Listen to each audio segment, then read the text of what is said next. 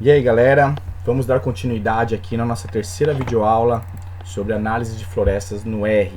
Vou abrir aqui o nosso projeto a partir do atalho dentro da pasta, para a gente dar continuidade aqui nessa segunda parte do script. Percebam aqui que eu não posso simplesmente descer para a segunda parte e seguir, porque não existe nenhum objeto. Não existe objeto dados, não existe objeto DAP, não existe nada ainda. Ok? Então eu preciso refazer essa parte de cima. Isso aqui já fica uma dica importante, caso o R feche, o computador de vocês dê pau e tem que reiniciar, depois vocês vão ter que abrir de novo. Então é importante que vocês tenham os objetos. Ah, tá dando erro, não consigo realizar uma função. Certifique-se sempre se os objetos que você está utilizando no momento estão carregados, se eles existem, ok? Então eu vou carregar de novo aqui o banco de dados, algumas informações que eu acho que são necessárias para dar continuidade no script lá embaixo. Carregando DAP, área basal, volume, tamanho da amostra, diâmetro mínimo de corte. Tem alguns aqui que talvez nem precisaria. Ok, agora sim, eu vou pedir um summary, que é uma estatística descritiva, aí, um resumo exploratório sobre meus dados de DAP. Para que eu vou fazer isso? Porque agora a gente vai classificar as nossas observações. Cada indivíduo aí vai estar dentro de uma classe de DAP. Então eu preciso ver antes qual que é o meu mínimo de DAP, qual que é o meu máximo, para eu saber a amplitude dos meus dados de diâmetro e altura do peito. Então eu vou criar agora aqui dois vetores vazios ainda, que vão ser... Oh, de novo esse erro aqui, vamos lá. Dois vetores que vão ser abastecidos durante o looping, que é uma... Eu vou te explicar melhor aqui o que é o looping. Então eu vou criar esses dois vetores. Por que eu estou criando dois vetores, classe 1 e classe 2? Porque são duas sintaxes diferentes de classe que a gente vai fazer. Eu poderia fazer só um. Então, pela descrição aqui, eu vou colocar aqui o mínimo da minha classe é de 10, e eu quero que sejam classificados os DAPs de 10 em 10 centímetros, ou seja, classe de 10 a 20, de 20 a 30, de 30 a 40, 40 a 50 e assim por diante. Ok? O intervalo vai de 10 em 10. E o máximo é 140, ok? É importante que tenha um intervalo aí, tenha a classe 50, porque a 50 é uma informação, é um diâmetro importante, que é o diâmetro mínimo de corte. Não seria interessante a gente ter, por exemplo, a classe de 45 a 55, porque aí ficaria alguns indivíduos dessa classe podem ser abatidos e outros não. Então é interessante que o 50 seja um limiar de uma classe aí, ok? E aqui vai ser no caso, que vai ter uma classe de 40 a 50 e outra de 50 a 60 e assim por diante. Então agora eu vou criar um objeto de um vetor unitário, que é o que vai ser utilizado dentro desse looping. Esse looping aqui, o que ele faz? Ele pega cada classe e vai classificando, cada intervalo de classe vai classificando as nossas amostras. Ok? Então eu vou começar com a primeira classe.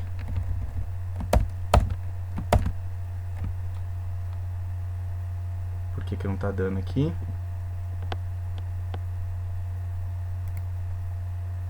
Eu não criei o mínimo classe. Pronto. Então vou criar agora. Quantas classes vão ter? Vão ter 13 classes, ok? Que é o máximo menos o mínimo dividido pelo intervalo. Então aqui nesse looping ele vai da primeira até a 13ª e ele vai classificando, ok? Ele vai abastecendo aqueles dois vetores vazios que eu fiz aqui em cima, de acordo com a classe de cada observação.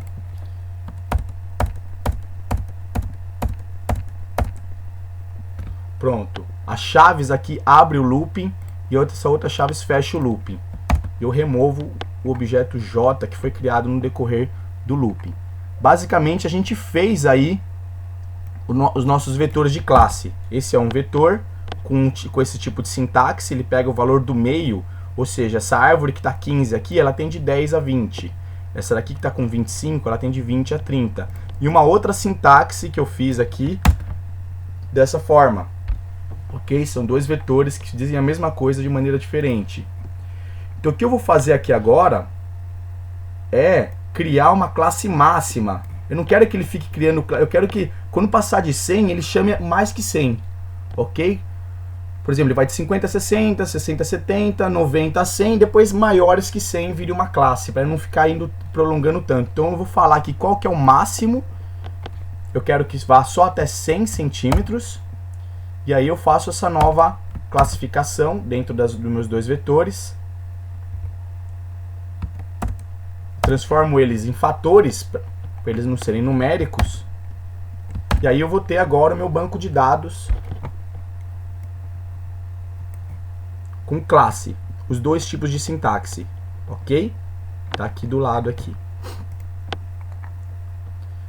Só que quando eu for fazer um gráfico disso, é preciso ordenar as classes. Percebam que quando eu vou pedir aqui levels dados classe, quais são os níveis que eu tenho dentro desse vetor categórico dados classe? Ele vai me falar aqui os níveis que eu tenho, ok? Esses são os níveis que eu possuo. Percebam que ele começa com 100. Então, quando eu for fazer um gráfico aqui de barras, ele vai começar com essa informação aqui e depois para essa. Eu não quero isso. Eu quero que o 15 seja o primeiro e esse seja o último. Então, eu vou reordenar as classes a partir desse comando aqui da linha 145. Se vocês alteraram esse valor, se o valor máximo de vocês não foi 100, então vocês vão ter que reordenar e vão ter que preencher com a nova ordem aqui, ok? Esse local aqui vocês precisam preencher com a nova ordem de interesse de vocês. No meu caso aqui, essa é a minha ordem de interesse. Quando eu for plotar o gráfico, eu quero que ele comece do 15, vá até o 95 e o último seja maior que 100. Percebam que agora ele vai mudar aqui a ordem. E agora eu vou fazer isso para... Ficou nessa ordem aqui agora. Eu vou fazer isso para o outro vetor de classe. A mesma coisa. Ok? Se eu rodar aqui de novo o levels, percebam que alterou o nível. Então agora eu posso fazer o gráfico. Olha só que beleza. Número de indivíduos e pela classe diamétrica. Percebam que o formato de J invertido, né?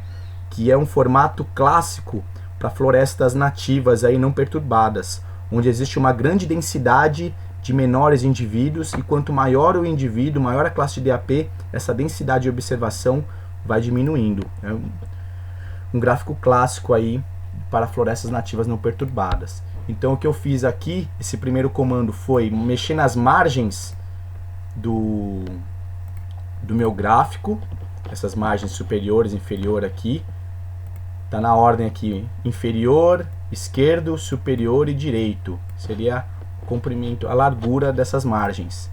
E aqui eu peço a barra, gráfico de barra, da tabela de classes, ou seja, a contagem, né, de quantos indivíduos existem em cada classe.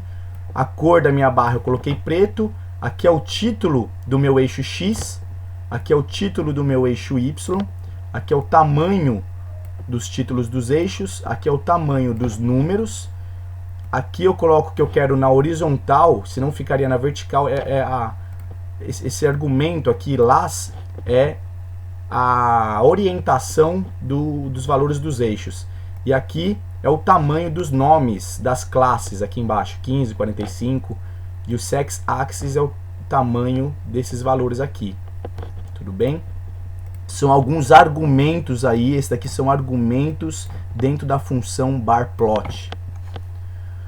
É bom ir se familiarizando com esses termos, né? O R trabalha a partir de funções e dentro das funções existem os argumentos a serem preenchidos dentro de cada função. Então agora a gente vai fazer um gráfico semelhante, porém com a variável de volume. Temos aqui o nosso gráfico. Se eu clicar em zoom aqui, ele abre essa janela aqui. Aí o que eu posso fazer? Eu posso clicar com o botão direito do mouse, copiar essa imagem e colar no Paint, no Word, seja onde for, no PowerPoint. Eu posso colar essa imagem, trabalhar em cima dela, mudar alguma coisa se eu quiser. E também outra maneira que eu posso salvar é vir aqui Export, Save as Image, e aí dá um título aqui, dá um título qualquer, que eu vou chamar aqui de plot volume classe. Aí eu escolho a dimensão que eu quero, vou colocar 500 pixels por 500 pixels em termos de largura e altura, quero o formato JPEG e vou salvar. Pronto. Lá na minha pasta de trabalho, tem aqui agora o arquivinho plot volume classe. Ok?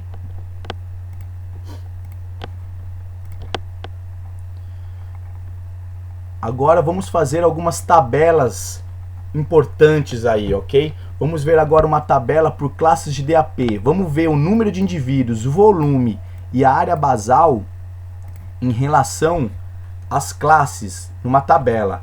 Então aqui eu crio o vetor de número de indivíduos, crio o vetor de volume, ou seja, estou agregando o volume em relação à classe, eu quero a soma. E agora vou agregar a área basal em relação à classe e a soma também.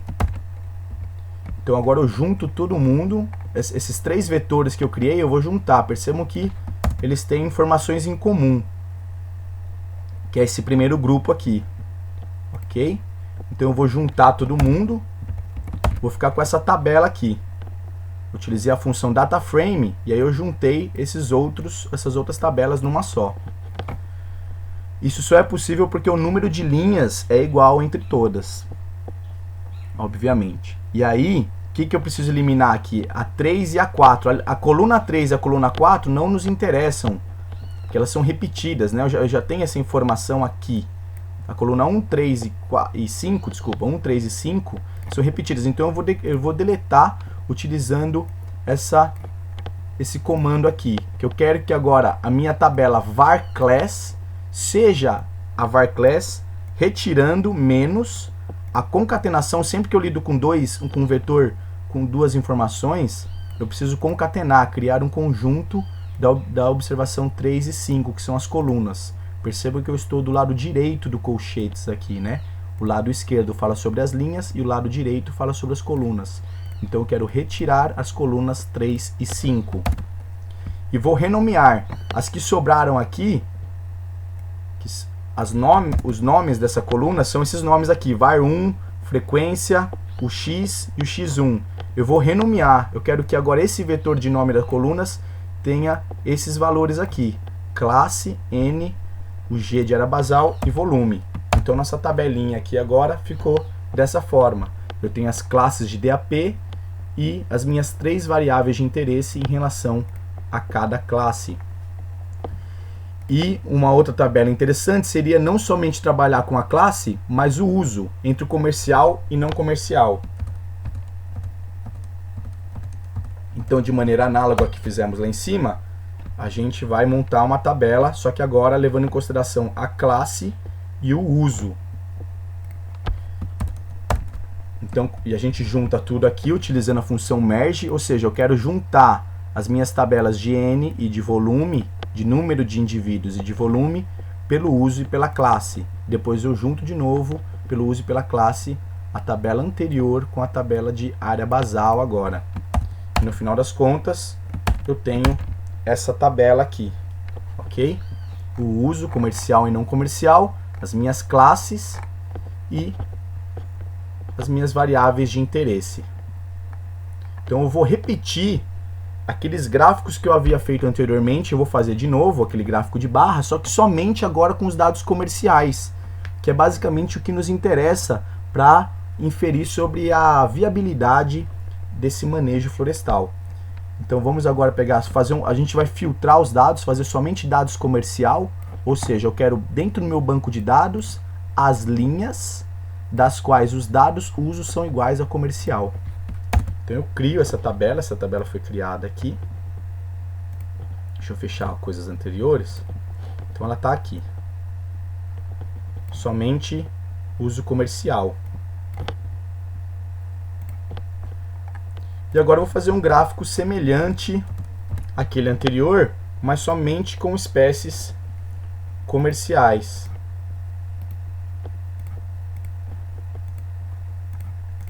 Que está aqui esse gráfico.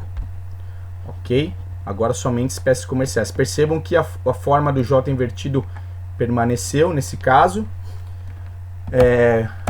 Fazer agora o outro gráfico semelhante, apenas com o volume agora, volume. Então, a partir essa classe aqui, ó, 55 para frente, quem que são esses daqui? Essa classe chamada 55, ela vai de 50 a 60. Então, todos esses indivíduos daqui para frente são o que? São indivíduos com DAP maior que o DMC, que é o diâmetro mínimo de corte. Então, são árvores que estão acima aí do mínimo para o abate, né? Então, elas podem ser cortadas. Então, essa tabela aqui, essa última tabela que eu vou mostrar para vocês nessa videoaula, seria uma tabela mais importante, vamos dizer assim. Eu acho que seria uma tabela imprescindível aí para um plano de manejo florestal. Que eu vou separar a tabela pela classe de DAP, pelo uso e também pela espécie. Tudo bem? Então, é bem semelhante ao que fizemos anteriormente, só que agora entra mais uma informação. A informação da espécie. Ele está pensando aqui, tá? Quando tem essa bandeirinha aqui vermelha, quer dizer que ele está executando uma tarefa ainda. Então eu preciso aguardar. Ele está executando essa tarefa aqui. Por causa que eu crio a tabela de quantas observações existem em cada uso com espécie vulgar, família, espécie, classe. E aí ele vai dar alguns valores de zero. Eu não quero esses valores com zero. Eu quero eliminar para ele ficar igual. Porque aqui ele não considera valores zero. E aqui ele considera. Tá? Quando vocês criam esse primeiro vetor aqui, se vocês abrirem ele logo após criar, vocês vão ver que é cheio de valor zero. Daí eu elimino os valores iguais a zero aqui. E aí fico com ele dessa forma aqui. Ok? Aí renomeio as colunas. E faço isso também para o volume, depois faço para a área basal. Depois eu junto todo mundo e aí tenho a minha tabela super importante aí para vocês colocarem dentro do seu plano de manejo. Ok? Uma tabela bem grande aí, com 240 linhas quase. Mas é uma tabela completa, né? Uma tabela que tem o uso de cada árvore, se ela é comercial, se não é, a espécie, família, nome científico, em que classe de DAP ela está e também algumas informações aí sobre os parâmetros da floresta, em relação ao número de indivíduos, a volumetria dessa espécie dentro dessa classe e também a área basal. E aí com essas informações vocês podem fazer as inferências necessárias aí para aprovação do seu plano de manejo.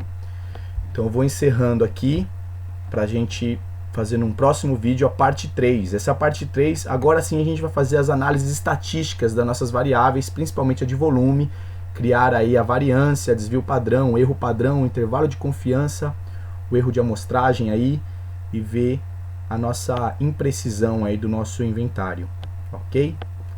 Até daqui a pouco.